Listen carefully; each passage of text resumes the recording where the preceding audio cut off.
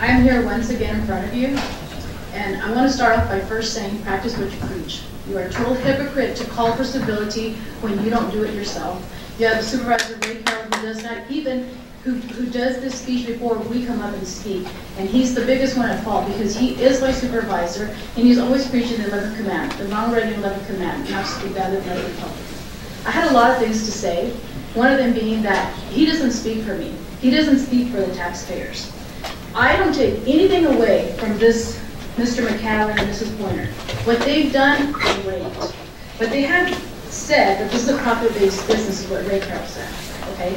This is their business. They want to expand globally, but they want to do it with our tax dollars. They're coming to our community to expand their business. While I'm all for aerospace, you know what? Apparently there's not enough private investors who believe in your project.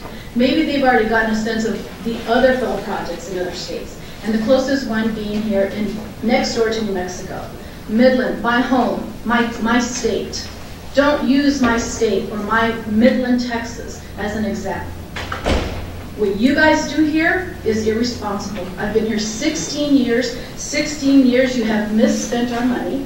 You have abused your positions. And once again, they've already made contracts and they don't even have the money to go ahead and do this. So now they're on a timeline and you're supposed to expect us to say that it's okay?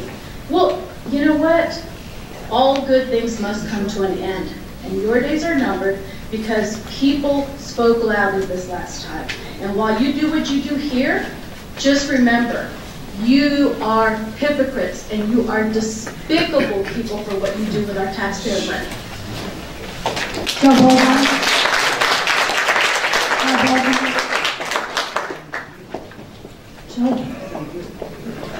Oh God, I think that's you. That's John.